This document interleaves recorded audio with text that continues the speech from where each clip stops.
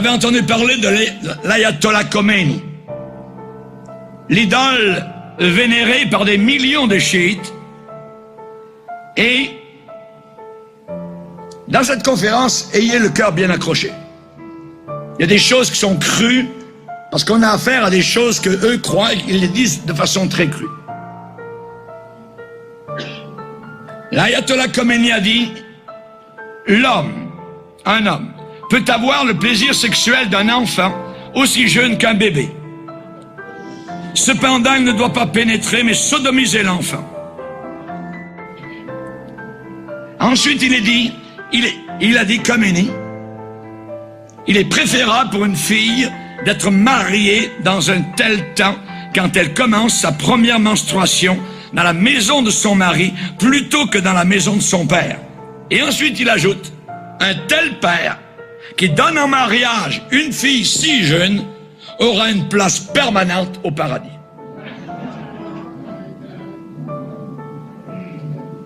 Actuellement, en Iran, comme dans de nombreux pays musulmans, l'âge légal du mariage est déterminé par par l'épouse, la petite épouse de Mohammed, Aïcha.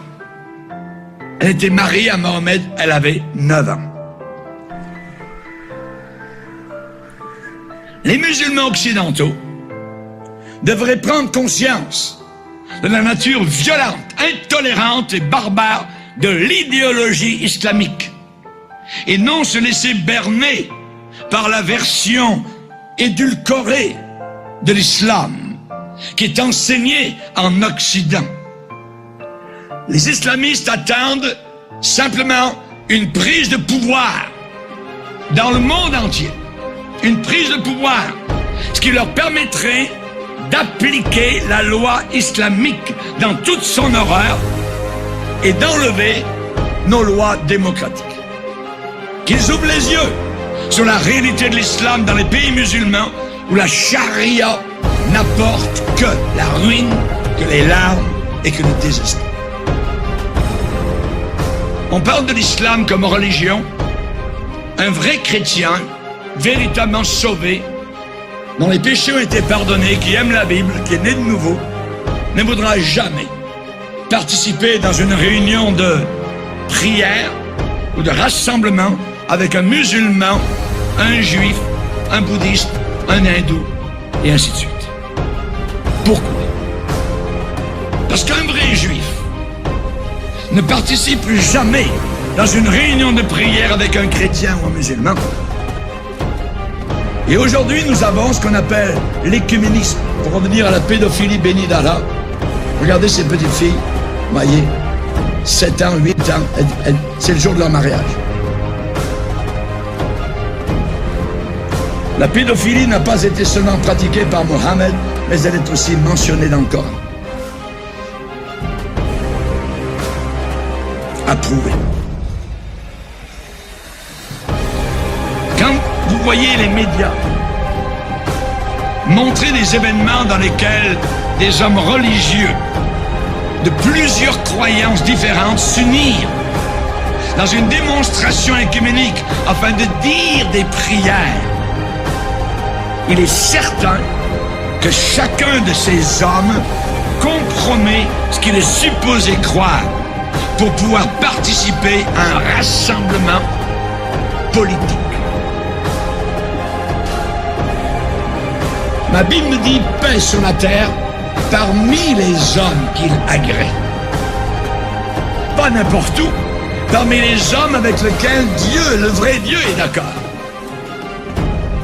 Jésus-Christ a fait la paix, je dis bien la paix, par le sang de sa croix. Colossiens 1:20. Il est mort pour mes péchés, il a été enterré, il est ressuscité. Nous, comme chrétiens, il va falloir revoir ce que nous croyons, parce que tout cela est mis en cause aujourd'hui. Par l'écuménisme, par ce rassemblement de toutes les religions, par l'islam en train de monter dans le monde entier. Et actuellement, il y a donc des marches comme cela. Faith Walking Together. Toutes les foi, toutes les croyances qui marchent ensemble. On a eu Billy Graham qui s'est promené avec des hindous lorsqu'il y a eu le World Trade Center. On a eu Kenneth Copeland avec le pape assise à rassembler un paquet de religions. Il y a actuellement dans notre génération la montée de la religion qui est décrite dans la Bible, dans Apocalypse chapitre 17. Cette religion qui est une religion de prostitution et que Dieu va détruire, qui sera dirigée par l'Antichrist avec son faux prophète. Toutes les religions ensemble. Cela n'aurait pas été possible il y a juste 20 ans ou 30 ans. Mais notre génération actuellement est en train de croire que l'on peut faire la paix parce qu'ils disent il y a le même Dieu, il y a un seul Dieu. Unissons toutes les religions et on aura la paix sur la terre. Complètement faux. Réunion œcuménique assise. Vous voyez le pape donc qui est avec des protestants, qui est avec des juifs, qui est avec le Dalai Lama, qui est avec des hindous, des musulmans, et ainsi de suite. Donc, on voit cela qui est en train de monter actuellement, et dans ces rassemblements œcuméniques, le plus grand transgresseur, c'est qui? C'est le chrétien. C'est le chrétien. Pourquoi? Parce que le juif, il peut prier Dieu, lui, sans violer ses principes, parce qu'il n'a jamais dit qu'il croyait en Jésus-Christ. Le musulman, lui, il peut prier Dieu sans violer ses principes, parce qu'il n'a jamais dit qu'il croyait en Jésus-Christ. Mais le chrétien, lui, il a déclaré croire en Jésus-Christ seul. Donc, ce chrétien doit cacher cette lumière sous un boisseau afin de se joindre en prière avec les autres. C'est un reniement total de son Seigneur afin d'être politiquement correct. Cela n'est d'aucun service pour la cause de Christ. C'est une honte. Cette personne a honte de Jésus-Christ. Jésus a dit, si quelqu'un a honte de moi et de mes paroles devant les hommes, j'aurai honte de lui devant mon Père qui est dans les cieux. Et nous, comme chrétiens, nous allons devoir faire face à cela maintenant. Chers amis, nous avons actuellement Rick Warren qui prêche le Chrislam en disant il faut unir le christianisme avec l'islam. Et il est très bien vu évidemment donc parmi tous les islamistes. Alors que ce livre est un livre antichrist. Ce livre est un livre diabolique. Ce livre est inspiré par un homme inspiré par le diable. Nous avons besoin de le savoir. Nous avons besoin de le déclarer, ne pas avoir peur ni honte des paroles du Seigneur Jésus-Christ. Nous n'irons jamais la Bible et le Coran ensemble, main dans la main. C'est impossible. Si je fais cela, regardez-moi bien, alors je descends en enfer. Je suis en train de renier le Seigneur Jésus-Christ.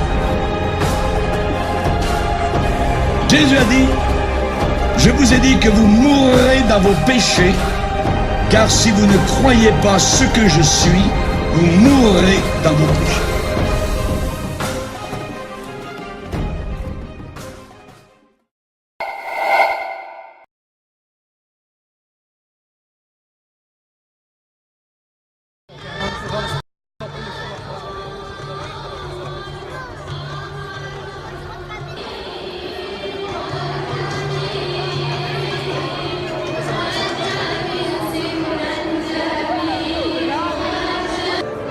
Chers amis, salam alaikum. Goedenavond allemaal. Een iftar exceptioneel. Echt een uitzonderlijke iftar hier in Brussel. Molenbeek, de hart van Molenbeek, hart van Brussel, hart van Europa.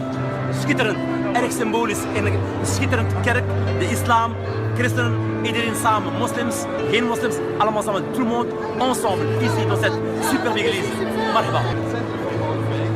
Dat heeft wel enige symboliek.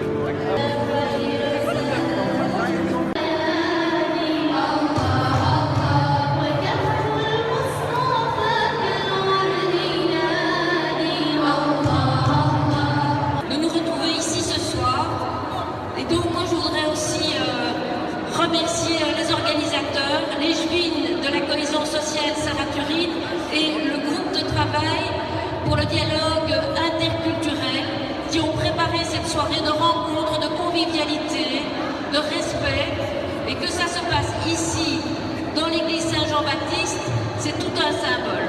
Comme l'a dit Madame la bourgmestre, c'est vraiment un moment important de pouvoir organiser cette rupture ici, dans l'église. Et je voudrais vraiment, ça fait chaud au cœur de voir que vous êtes venus si nombreux à cette rupture du jeûne. Dans cette belle église,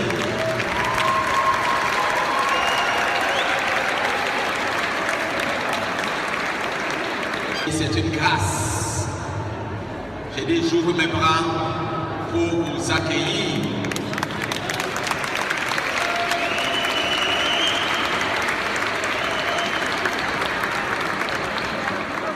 Aujourd'hui, parce qu'on va manger ici, on va prier tout à l'heure ici aussi, et c'était un moment qui me rappelle le prophète Mohammed sallallahu alayhi wa sallam, qui a accueilli les chrétiens de Najran, qui sont restés chez lui 3 jours dans sa mosquée, ils ont mangé chez lui, ils ont prié dans sa mosquée, et il y a un moment où il faut penser à lever ces barrières et ces tabous qui séparent les communautés et qu'on vive ensemble.